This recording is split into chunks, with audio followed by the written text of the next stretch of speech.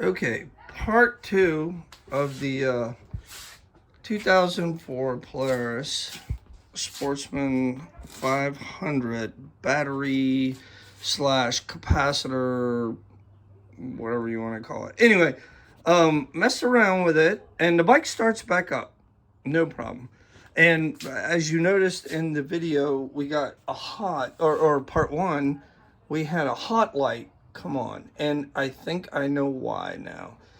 The capacitor that I installed on it is not large enough or powerful enough to run the fan. So the fan never got the proper voltage to turn on. And I get it now. So I think I'm going to research a bigger capacitor. And that should solve the issue. And this is all backup stuff, right? In case you lose your battery, if you don't have one of these installed, then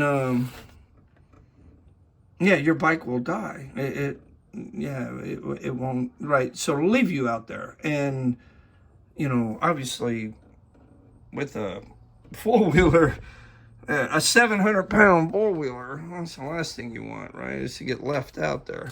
So I'm just trying to come up with ways with survivability. I've never had a problem with the bike before, but all of a sudden now, the battery, I put a new battery in it, and this one just didn't seem like it lasted that long. It's a lead-acid battery. I went back old school and wanted to, give it a shot. And it lasted, don't get me wrong, 2 years, but I would have thought that a battery would have lasted a little longer than that. So I'm going to upgrade to the lithium battery and check it out. So I think that, yeah, these capacitors are built for more like dirt bikes, like those. You know what I mean? With the, I think it works really, really good on those. I did some testing on both my Husqvarna, the TEs. I have a 300 and a 250, and it worked like a charm, no problem. Even without a battery, you can put it on there and it runs everything. So yeah, I think that there's just a little too much electrical draw on the four-wheeler. So anyway, there it is. I don't mean to drag on, but oh, and I got the bike started with this old jump pack thing.